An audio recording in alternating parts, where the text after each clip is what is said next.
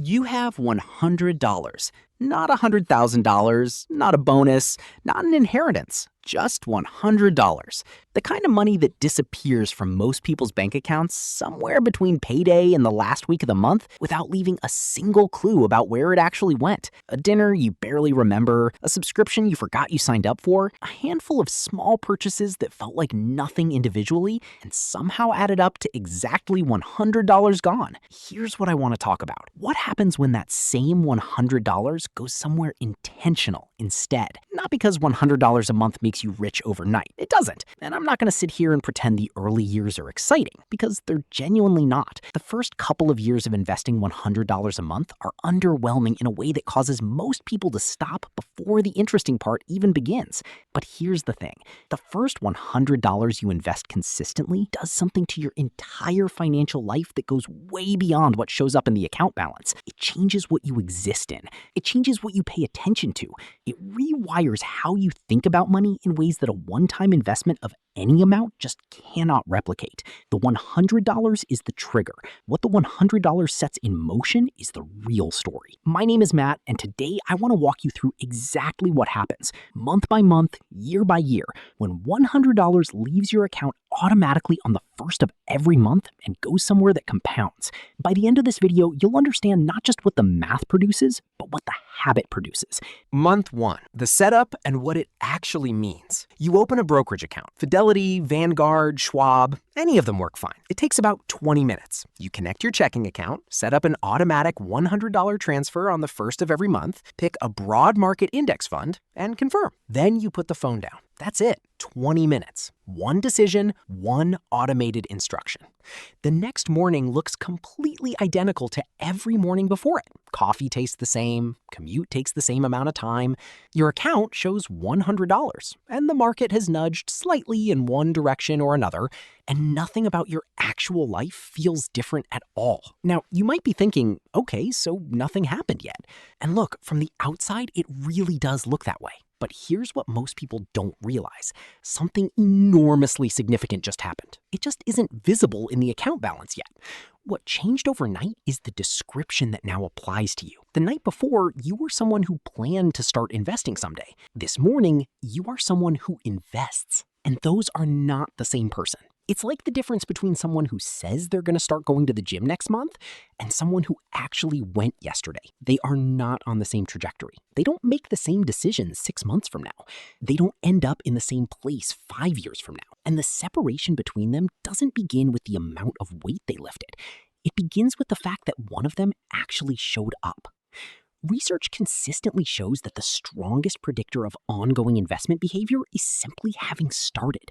Not starting big, not starting at the perfect time, just crossing the line from intention to action. You just crossed it. Every step from here is easier than what you just did. Month 6. And this is where it gets really interesting. 3 weeks into month 6, the market pulls back about 8%. Your 5 months of $100 contributions plus month 6's deposit totaled $600. The balance now shows somewhere around $560.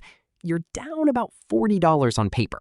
And look, I want you to understand what happens inside your brain at this exact moment. Your nervous system, which evolved over thousands of years in environments where loss meant immediate physical danger, is going to respond to that $40 drop with an urgency that is completely out of proportion to what is actually happening. $40 on an account you won't touch for 30 years. And yet the urge to do something, to protect yourself, to stop the bleeding, to just get out until things calm down, is going to feel immediate and loud and completely reasonable. This is the defining test of being a new investor, and it has nothing to do with how smart you are or how much you know about finance. It's purely about your ability to sit with discomfort and recognize that the correct move right now is no move at all. The investors who look at that $560 balance remind themselves that short-term price swings are just noise against a 30-year timeline and close the app without touching anything. Those are the people who actually build real wealth. Not because they're exceptional, because they correctly understood that their job at this stage is not to optimize. It's not to react. It's just to not interfere. Now, you might be thinking, but what if it keeps dropping? what if this is different? Here's the thing. That's what it feels like every single time. And here's the data that should put this in perspective permanently. JP Morgan found that between 2003 and 2023, if you missed just the 10 best single trading days in that entire 20-year window, your overall returns were cut in half. Half. And here's the part that really gets me. The majority of those 10 best days happened within 2 weeks of the worst days of the same period. The people who moved to cash during the scary part missed the recovery that started while the headlines were still absolutely terrible. Your balance is $560. You changed nothing. That was exactly the right call. Year 1, $1,200 contributed. Okay, the number that looks disappointing and isn't. 12 months of automatic transfers. $1,200 of your own money in. At a 7% average annual return, your balance sits at roughly $1,247. The market added about $47 on top of what you put in. $47. About the cost of a decent lunch for two. Look, I get it. That sounds like basically nothing. And if you're measuring this against what you hoped investing would feel like, it's going to be tempting to think, why am I even bothering? Here's what most people don't realize at year 1. You are not building a balance right now. You are building a rate. Think of it like a snowball at the top of a hill. Right now, the snowball is small and the slope looks flat, and it feels like nothing is happening. But the ball is rolling, and the slope ahead is longer than you can see from where you're standing. That $47 in extra return this year becomes roughly $94 in additional returns next year on the same contributions, because the base is now larger. Year after that, closer to $145. Doesn't sound like a lot yet, but the curve is already bending in your favor. Every month you add to it gives that bend more material to work with. And here's something else shifting in the background that doesn't show in your balance at all. You're starting to notice things you walked right past before. The expense ratio on the fund inside your employer's 401k that charges 1.1% annually when an equivalent index fund charges 0.04%. The credit card balance that is quietly running in the opposite direction of your investment return every month it carries interest. The annual subscription renewing for $180 that you use about 3 times a year. None of this was invisible before. You just had no personal reason to care. Now you do. The $100 account gave you skin in the game. And once you have skin in the game, the entire financial landscape around you becomes readable in a way it genuinely wasn't before. Year 5, $6,000 contributed. This is where it gets really interesting. 60 months, $6,000 of your own money in. At 7% average annual return, your balance is sitting at roughly $7,200. The market added $1,200 on top of everything you put in. That return is now about 20% of your total balance. And more importantly, your account is now generating roughly $42 a month in returns just by existing. Almost half your monthly contribution produced without you doing a single thing. And that ratio keeps shifting in your favor from here. In about 5 more years, the monthly return from the account will actually exceed the monthly amount you're putting in. Your money will be doing more of the work than you are. Think about that for a second. You put in $100. Your account earns $105. You are now officially a passenger in your own wealth-building journey. The machine is starting to run itself. But here's what nobody warns you about at year 5, and this is genuinely important. Year 5 is when the habit starts to feel small. Your income has grown since you first set this up. The $100 that felt meaningful when you started barely registers in your monthly cash flow anymore. And a voice shows up. Calm, reasonable sounding, not reckless at all, that says something like, 1 year of pausing won't hurt anything. You've been consistent. You've earned a break. $100 a month at this point is barely moving the needle. That voice is expensive. Here's the math that proves it. If you stop contributing at year 5 and restart at year 8, just a 3-year pause, you haven't simply missed $3,600 in contributions. You've pulled $3,600 out of 30 years of compounding. At 7% annual returns, that $3,600 missing from year 5 is worth approximately $19,000 less in your account at year 30. A pause that felt totally harmless was a $19,000 decision you made without realizing you were making it. Keep the transfer running. Raise it if your income has grown, but do not pause it. Year 10. $12,000 contributed. The habit becomes part of the furniture. 10 years. $12,000 in total contributions. Balance at 7% average annual return, approximately $17,400. The market added $5,400 beyond everything you deposited. This year, the market did about 45% of the work. You did 55%. And somewhere around year 12 or 13, that flips completely. After that point, the account grows by more annually than your total yearly contributions, even if you stopped adding anything at all. Here's what's also happened by year 10 that you can't see in a chart. The automatic transfer on the first of every month has stopped being a decision. It happens the way your phone bill happens, not because you actively choose it each time, but because it's a fixed part of how your financial life runs. You stopped being someone who makes a monthly choice to invest. You became someone for whom investing just happens. And that distinction matters more than most people give it credit for. Financial habits that require a fresh decision every month are fragile. One bad month, one competing priority, one moment of lifestyle inflation, and they break. Financial systems that only required a decision once at setup are durable. You built the durable version. And there's one more thing that's happened by year 10 that really doesn't get talked about enough. You have 10 years of evidence that you can sustain something through market crashes, income changes, life disruptions, and every other force that typically unravels financial commitments. That track record is worth more than the balance in terms of what it predicts for the next 20 years. Year 20, $4,000 contributed. The math completely flips. 20 years of monthly transfers, $24,000 of your own money deposited total. Balance at 7% average annual return, approximately $52,000. The market generated $28,000 beyond your lifetime contribution. Your account has now produced more wealth than you put into it. The system you set up in 20 minutes on a Tuesday evening 2 decades ago is now growing by more every single year than you're contributing annually. You are no longer feeding the machine. The machine is feeding itself. Year 30, $36,000 contributed. Okay, hold on. Look at this. 30 years, $36,000 total contributed. $100 every single month without stopping. Balance at 7% average annual return, approximately $121,000. The market added $85,000. You added $36,000. For every dollar you put in, the market returned $2.36 on top of it. Total return on contributions, 236%. From $100 a month. From 20 minutes on a Tuesday that felt almost too small to bother with. Now, here's the comparison that makes the whole conversation about timing impossible to wave away.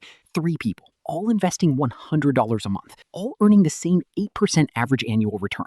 The only difference is when they start. Person A starts at 25, invests until 65. Total contribution, $48,000. Final balance, approximately $351,000. Person B starts at 35, invests until 65. Total contribution, $36,000. Final balance, approximately $149,000. Person C starts at 45, invests until 65. Total contribution, $24,000. Final balance, approximately $58,900. Same amount, same fund, same return. Person A ends up with more than twice what person B ends up with, and nearly 6 times what person C ends up with. The only variable is when they started. And here's the part that really gets people. Person B contributed $12,000 more than person C and still ended up with $90,000 more. Person A contributed $12,000 more than person B and still ended up with $202,000 more. Every decade earlier you start is worth more than the decade before it because compounding accelerates as the base grows. The decade you spend waiting to have enough money to start costs you more than the money itself. Now extend the monthly contribution and watch what happens at 30 years with a 7% return. $200 a month becomes roughly $243,000. $300 a month becomes roughly $365,000. $500 a month becomes roughly $608,000. The amount matters, but only if the time is there to compound it. And you cannot manufacture 30 years starting at 45. You can only have them by starting now. Okay, so where should the $100 actually go? Because this part matters more than most people think, and getting it wrong quietly undercuts everything else. A regular savings account earning 0.5% is not investing. A high-yield savings account earning 4 to 5% is the right home for your emergency fund, but not for long-term investment money. The difference between 0.5% and 7% compounded over 30 years is not a minor detail. It is the difference between your $1,200 a year becoming roughly $44,000 and becoming $121,000. Same money, same time, completely different destination. If your employer offers any kind of matching contribution on a retirement account, that is where your first investment dollar goes, period. An employer match is an immediate 50% or 100% return on your contribution the moment it leaves your hands. No index fund in the world competes with that on day one. Contribute enough to capture the full match, then direct your remaining investment dollars to a Roth IRA. Here's what most people don't realize about the Roth IRA. Every dollar that grows inside that account is completely tax-free. Not tax-deferred, tax-free. When you withdraw it in retirement, the government gets nothing. Every penny of that $121,000 at year 30 is yours to keep. No bill waiting on the other side. The 2026 contribution limit is $7,500 per year, or $8,500 if you're 50 or older.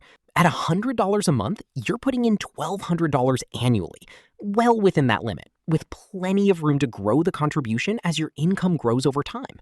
Inside the account, choose a simple broad market index fund with an expense ratio as close to zero as possible.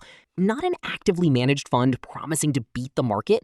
The data shows that most actively managed funds underperform their benchmark over 20-year periods.